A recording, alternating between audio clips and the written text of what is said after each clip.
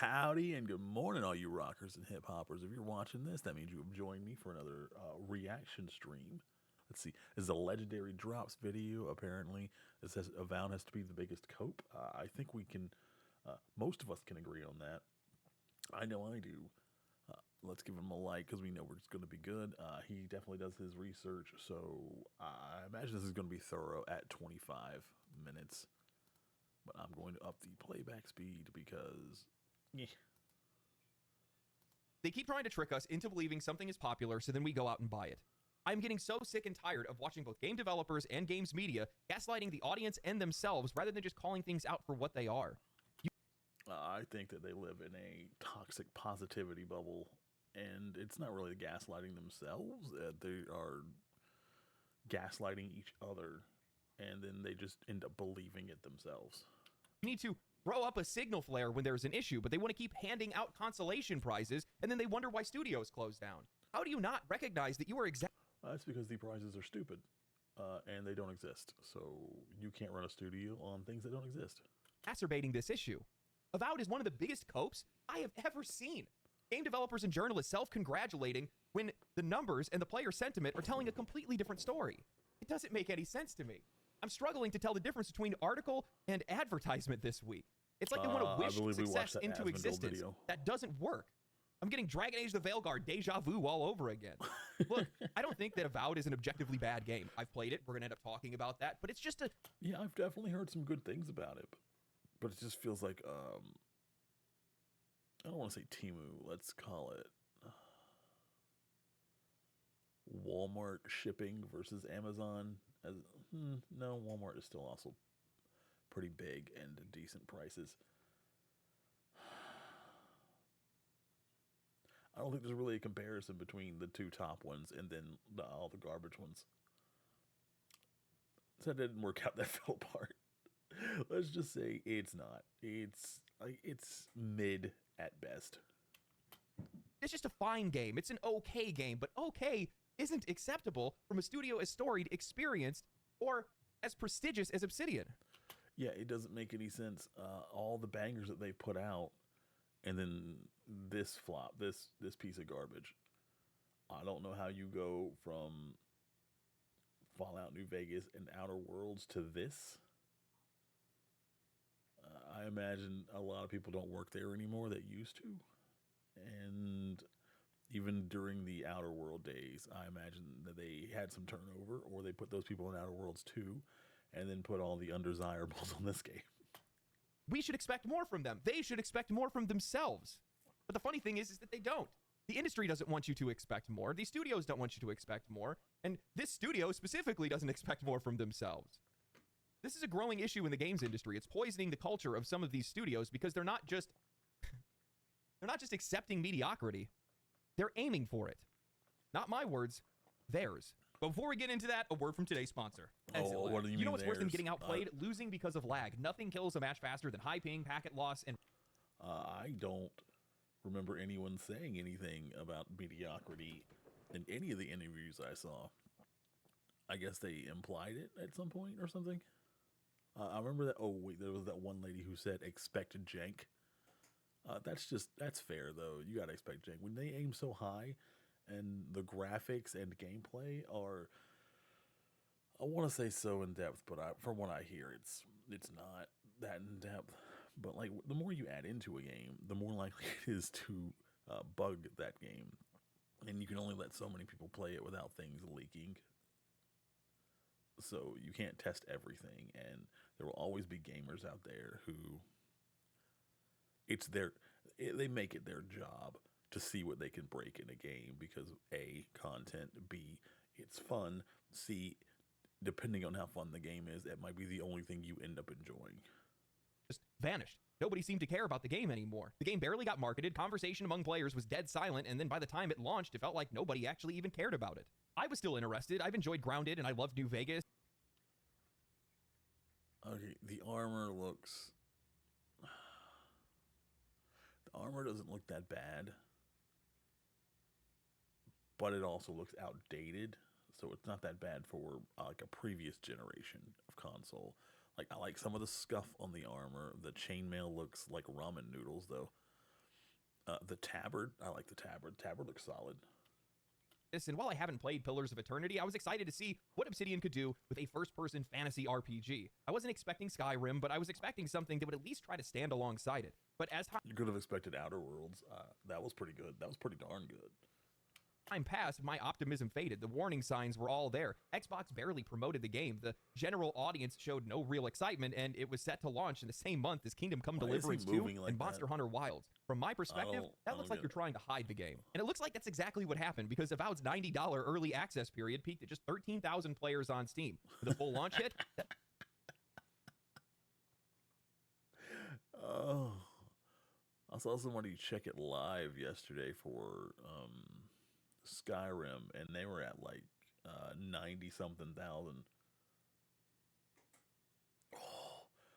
Oh Lord. that number barely crawled to 17,000 players. The immediate excuses I'm seeing are, but it's on Game Pass, as if that somehow invalidates the reality of what we're seeing. Steam's concurrent Yeah. player count doesn't tell the whole Kingdom Come Deliverance 2 is on Game Pass. Play that.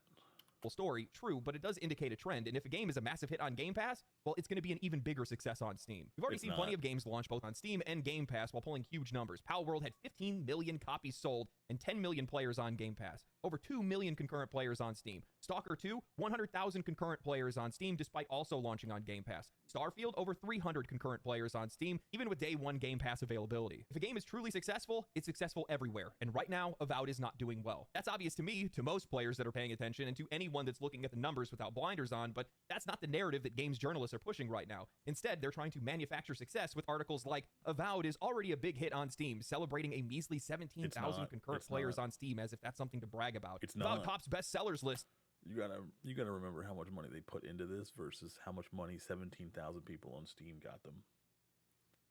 on Steam despite backlash. Pretending that the chart placement somehow means anything despite the fact that the competition that's on there are weeks old releases and games that aren't even out yet. Avowed hits impressive Steam chart milestone before its release, hyping up a meaningless number that's outweighed by a complete lack of long-term engagement. I'm so tired of seeing all this media spin. You're not my GameStop rep trying to sell me a game. You're media outlets that are I will give it to them. I like the way the spells look. It's not overly cluttered, and it looks like you can have a good variety. I'm into that. I usually like to play Magic. supposed to be covering industry news. It's the same pathetic gaslighting we saw with Dragon Age the Veilguard, a game that was supposed to have topped the Steam charts and was declared a strong seller despite completely failing to gain any traction with players. Ultimately, even EA acknowledged that it was a failure. But let's be real, Avowed's failure isn't just about the weak sales numbers, it's about how this game got here in the first place. Xbox Yeah, it's also about their bad attitudes online, drawing attention to parts of the game they did not want.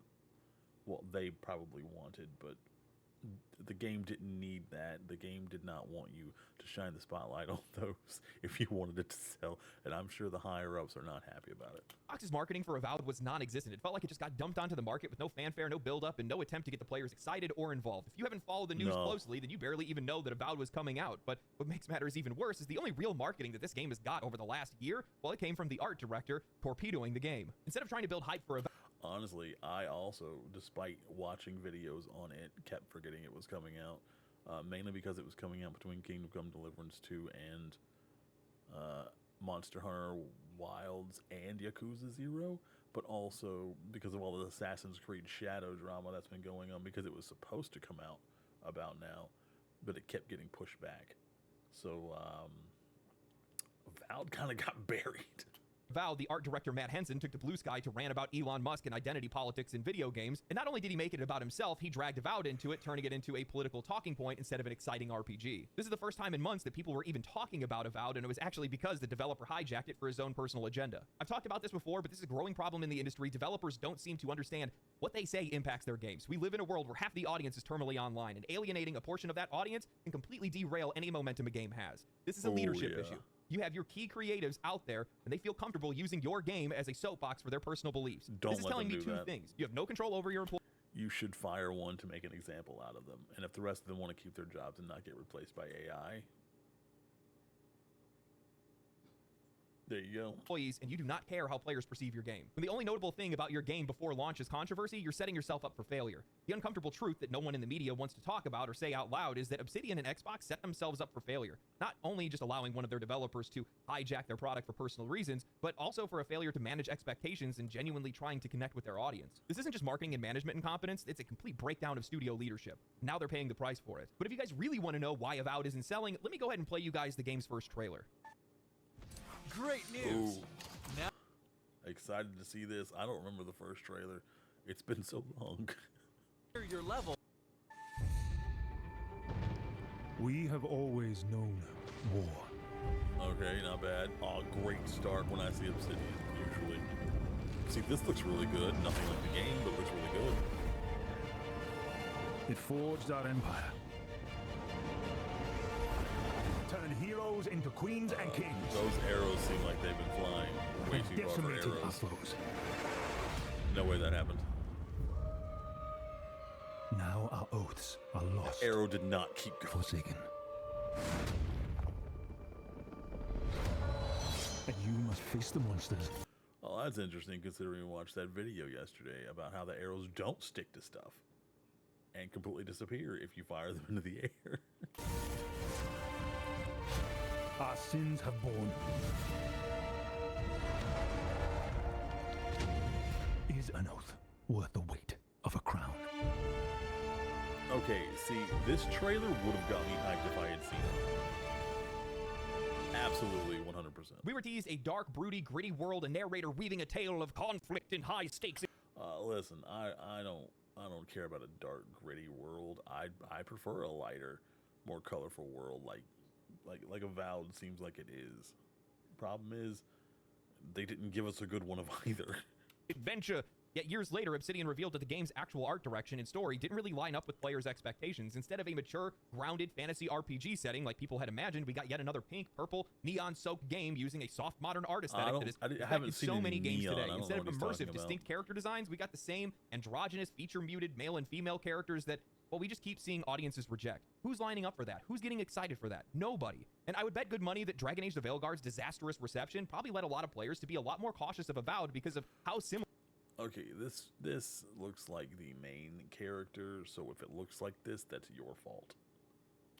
these games looked. You know, I hear game developers and journalists whining that players need to respect creative freedom and expression, but where the hell is that creative freedom when all of these games are starting to look the same? Now, of course, developers can change their art direction. I'm not saying that they can't. That's not the issue here. The issue is the radio silence for 3 years, followed by a bait-and-switch reveal that left players confused and disinterested. At that point, people just tuned out. You can't do that, especially not today. And this isn't just an Avowed problem. This is an industry-wide problem. Developers need to engage with their audience. They need to see how players are responding. They need critical feedback early, not just validation from industry insiders and coworkers, Yeah, if especially they when they're had taking made radical this shifts as in good art as they direction, usually tone, make and games, atmosphere. I would have Larian outright Studios bought publishing this director made a game. really great point about this. While they didn't mention Avowed specifically, let's be honest, they're talking about Avowed, or at least Dragon Age the Veilguard. But he said, you can't wait to see if a game resonates with players. It's insane. Why wait and see? It's a strategic play. Build resonance before launch. Set expectations, under promise, over deliver. The latter may sound crazy, but it's far less crazy than saying something didn't resonate in a financial report like that's a surprise. It shouldn't be a surprise. It should be a process. And this is exactly what Xbox and Obsidian Man's didn't got a do. point. Developers need to be direct with their vision, be transparent. Imagine Strange how person different the on reception Twitter would have has a been point. if Obsidian had communicated these changes earlier, when player feedback actually could have meant something.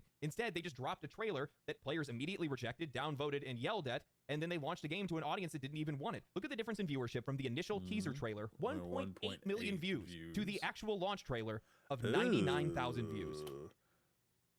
Ooh, that's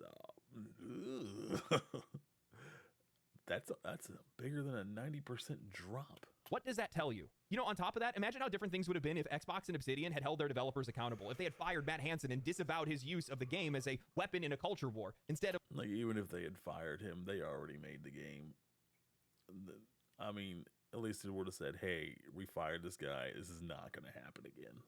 letting a key developer drag Avowed into controversy. They had made a clear message that their focus was on the game, not politics. Yeah, you Think gotta about how send a many players message. would have rallied behind the game out of respect. How can they not see these easy layups here? You need transparency and you need respect to build trust with your audience. Xbox and Obsidian had neither. I don't understand how these companies think that they can continue to be successful while excluding their audience and remaining silent. Or worse, mocking them and alienating them. The games that resonate, that build a dedicated player base, are the ones that developers are actually engaging with their fans, setting clear expectations, and delivering on their promises. But Obsidian, Xbox, they did none of that. They refused to listen, they refused to market, they refused to control their own people, and now they're learning the hard way that if you ignore your audience, well, your audience is going to ignore you.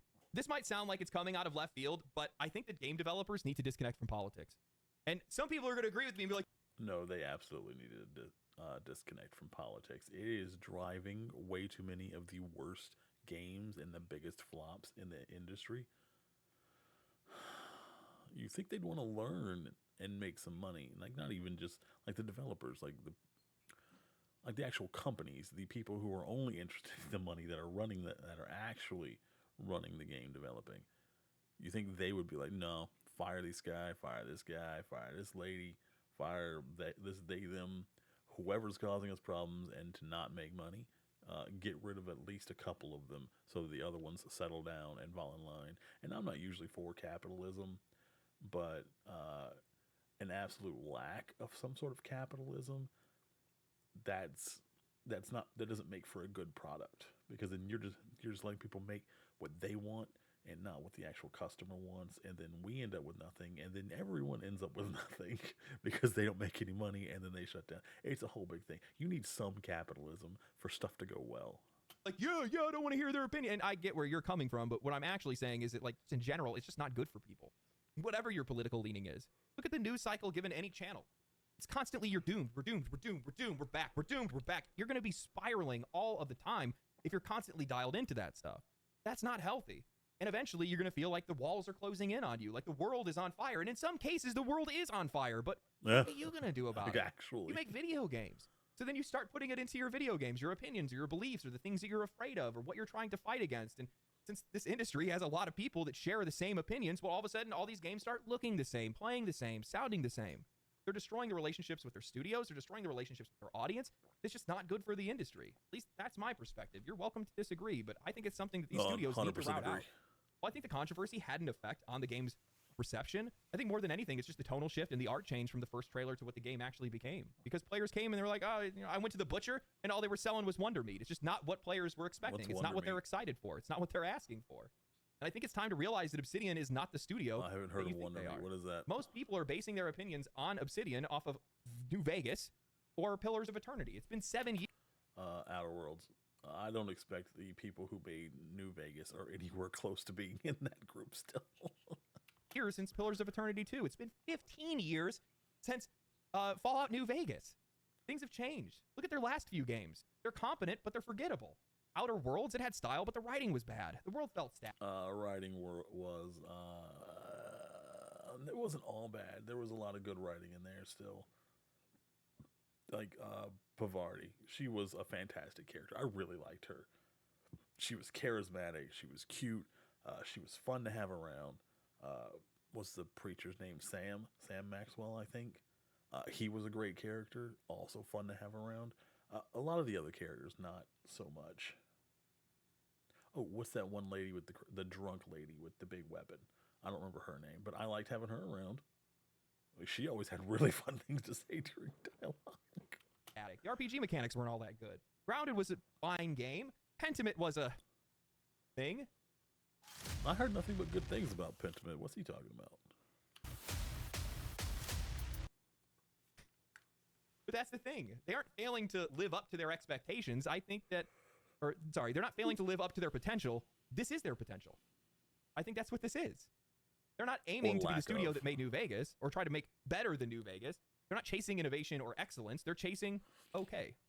So the only way to make better than New Vegas is to just make New Vegas and remove some of the jank. Not all of the jank. Some of the jank actually gives a charm. If they've lowered their standards that much, why should the players have any higher of expectations? We shouldn't. And they don't want us to. Now, initially, I thought that Avowed was underperforming for the quality it delivers. I've played the game for around 15 hours, and there were a lot of things that I genuinely liked. I think spellcasting feels really good. Combat in general feels really good, which is pretty rare for a first-person RPG. The world is dense rather than expansive, which I actually appreciate. Exploration has its moments, and Performance on day one is pretty solid. On paper, this should be a pretty decent RPG, but the longer you actually play it, the more the game just feels lifeless. Like, the world might be dense, but it's not reactive. It's Dragon Age the Veilguard in first person. Exploration is not rewarding. The environments feel static, and you quickly realize that every area just boils down to the same bandits, skeletons, bears, and lizards. After a few hours, you just feel stuck in place. There's no real... You know how you fix that? Skeleton bears. Bandit lizards. Start combining them. Just make it happen. variety, no sense of discovery, just a repetitive loop of looting upgrade materials, collecting coins, and reading dull notebook entries. Let's be honest, nobody's playing an Obsidian game for the combat. People are coming for the writing, the characters, and the depth. Pillars of Eternity, the very foundation of this world, was built on that. But Avowed, there's just nothing. No urgency, no emotion, no tension. You crash land on a hostile island with only one other survivor, and you're both acting like it's just another Tuesday. The world is dangerous, but nobody seems to care. I knew I was in trouble when 3 hours in, I was... Okay, the character, that's a design. It's not a terrible design. There's a lot going on in the head, but you know what? Graphically, it looks really good. The hair looks good. I can see someone actually wanting to cosplay something like this, and it would look fantastic in real life. Already starting to skip dialogue. Modern RPGs have this obsession with exposition dumping, constantly bombarding the player with highlighted phrases that they don't understand, giving zero context, and then piling more exposition on top of that. Avowed is exhausting in that way. When I found myself fixating on the characters in the story, I had realized that Avowed is suffering from the same problem that Starfield did. A better RPG launched within the same window, and I just can't accept mediocrity anymore. If you go to play Kingdom Come Deliverance 2 and then... I was about to say, this looks really good. What's wrong with this? And then I realized it was Kingdom Come Deliverance by the HUD. You go play Avowed, the difference is staggering. In Kingdom Come 2, characters react to you. If you get drunk, Henry is slurring his words, wobbling about. He can barely hold himself together and die. I'm sorry, that's awesome. He looks like he's drunk. Dialogue scenes. If you commit crimes, townspeople remember you, guards hunt you down, and the world shifts to your actions. If I pick a lock, I actually pick a lock. Wait, so they recorded every one of Henry's dialogues at least twice, one so they're drunk? Oh my god, that is such good attention to detail. If I steal, there are consequences. If I murder an NPC, I'll hang for it. Then I go back to Avowed, and none of that exists. The game just feels dead. Hell, NPCs don't even move around town. They just stand in place. Enemies don't free roam. They stay in static positions. It's just a world in stasis.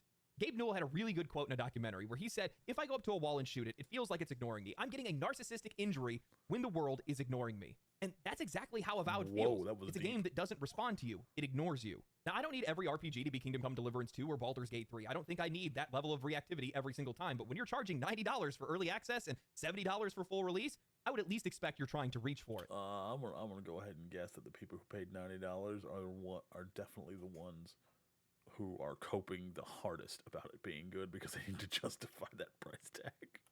Kingdom Come Deliverance 2, Warhorse Studios, the people that made that game have less funding and less developers. Tell me how it's unfair to compare these two things when Obsidian should be the one that's the unfair comparison to make against Warhorse. The whole game feels front-loaded, like a rushed essay where the first few paragraphs get the most effort, but the rest is just filler. Kai, the one character that you get at the very beginning, he's a pretty solid character, but it's obvious that he was the one that was written first. Everyone else, forgettable. The deeper you go, the more Obsidian just ran out of steam. But come to find out, they didn't run out of steam. This is what they wanted to deliver, because they want acceptable work, not exceptional work.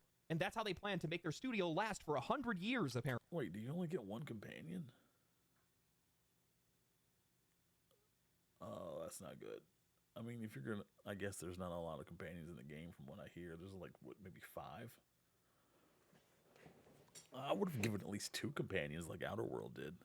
Apparently. In an article written by PC Gamer titled, Obsidian won't chase huge profits or grow aggressively. That's how it's going to last 100 years in the RPG business. Are we serious? Yes. Tyler Wilde writes, Obsidian's 100-year plan isn't, and I hope this isn't disappointing, a decade-by-decade breakdown of future projects that end somewhere around old Vegas. I'm assuming pre-apocalyptic settings are popular in 2103. It's more of a thought exercise, but Morgan and Burt said that they genuinely want Obsidian to continue beyond their lifespans. Are we serious? Yes. And Morgan said, why not? Nintendo was founded in 1889. One of the pillars of the plan is staying lean and invested, meaning small enough that none of Obsidian's employees feel like a cog in the machine. Morgan and Burt said in recent... And also, they didn't have a lot of competition at the time. Years they had considered opening multiple international studios, but they decided to partner with existing studios rather than weakening Obsidian's culture by getting too big. Leanness can also refer to Obsidian's games. It doesn't aim for unprecedented scale or the most advanced graphics, and before greenlighting a game, Birch and the studio spent a lot of time determining how much to invest on a project with the assumption that it will be a mild success, not a smash hit. Now, I'll be honest, on the surface, this sounds like a smart, sustainable approach. It's actually what I've been asking a lot of these studios to do. Stay lean, keep expectations in check, and not sink into the same trap as other studios that are overextending themselves with bloated budgets and impossible sales targets. In an industry where companies are collapsing left and right, Obsidian's strategy makes sense. But then you get to the part where they assume that every game will be a mild success. And that's where everything starts to click into place. This is why Avowed feels so lifeless, because it was never designed to be anything more than good enough. The writing, the world, the mechanics all feel like they were built to be serviceable, not groundbreaking, and you can see that pretty much across the game. Obsidian isn't trying to push boundaries. They aren't trying to make the next great RPG. They're trying to make a functional, decent game that checks enough boxes to be playable, enjoyable, and forgettable. But from my perspective, that's not sustainable. Because here's the thing, if you assume that all of your games are just going to be a mild... And what's worse is you attached Obsidian's name to it, which puts high expectations onto it. So if you wanted to make a mid-game, that's going to be marked against Obsidian, and they're going to lose credit for that. And this is not a market where you can afford to lose credit, because everyone is losing credit as far as their game studios go, except From Software. Success? Well, that's exactly what they're going to be. That's exactly what your developers are going to aim for. This isn't just playing it safe, it's embracing mediocrity as a business model. It's one thing to be realistic about your sales projections and expectations, but when you start baking that mentality into your development process, you create games that aren't trying to be great, they're just trying to exist. I want studios to be realistic about their sales projections, but I don't want that to impact how they actually make games, and I think that's what's going on here. Larian Studios' Sven Vinke talked extensively about making sure how to keep enough money in the tank to be able to make your game, how to budget your games appropriately, but at the exact same time, all he's ever talked about is wanting to make the biggest RPG ever, and how Baldur's Gate 3 was a stepping stone to that goal. So maybe this strategy... This man came out and said, we made the best RPG ever made. We could do better. That was a start. Give us time. Keeps Obsidian alive for now. Maybe it helps them avoid layoffs or corporate disasters that we see happening at bigger studios. But what happens when the industry evolves? What happens when players' expectations rise? And when good enough stops being good enough? We've already seen that happen. Look how Kingdom Come Deliverance 2 made Avowed feel like an afterthought. Look how Baldur's Gate 3 made Starfield look obsolete. The bar is rising, and the studios that aren't reaching for it at the very least are going to get left behind. Nobody builds a legacy on mild success. Managing expectations is important, but there's a fine line between smart budgeting and outright surrendering to mediocrity. If you're so focused on avoiding failure that you never take any risks, you never push yourself, you never aim for greatness, then what's the point? And beyond that, how does Xbox feel about mild success? Because let's be real, Obsidian doesn't really have the final say here. Arcane Austin dropped one single flop, and now they're gone. Hi-Fi Rush had mild success, and Tango Gameworks got wiped off the map. Did Microsoft really acquire Obsidian just for them to be comfortably average? Of course they didn't. How do you think Microsoft shareholders will respond to mild success when it turns into... I'm going to guess they're going to wait and see how Outer Worlds 2 does later this year, and then make a decision. Consistently underwhelming results, because here's the reality: mild success isn't stability, it's a slow death march towards irrelevance. I realize I'm going to have some detractors because some people really like the game, and you know what, that's great. By the way, this isn't a video smearing the game, this is just a video that is saying, hey, there's obviously a problem here, we need to discuss this, because that's how these studios can stick around longer. I doubt that a lot of people want Obsidian to close. I want Obsidian to stick around, but yeah. Let's take a minute. Let's think about it. Let's have a thought experiment. We know that they're based in Irvine, California. They have over 300 developers. I'm going to take a wild guess and say they probably spent $100 million making the game. Maybe a little bit more, maybe a little bit less. I'm probably pretty close, though. We know that they have sold, or at least they've had less than 1/4 of the concurrent players of Dragon Age the Veilguard on Steam.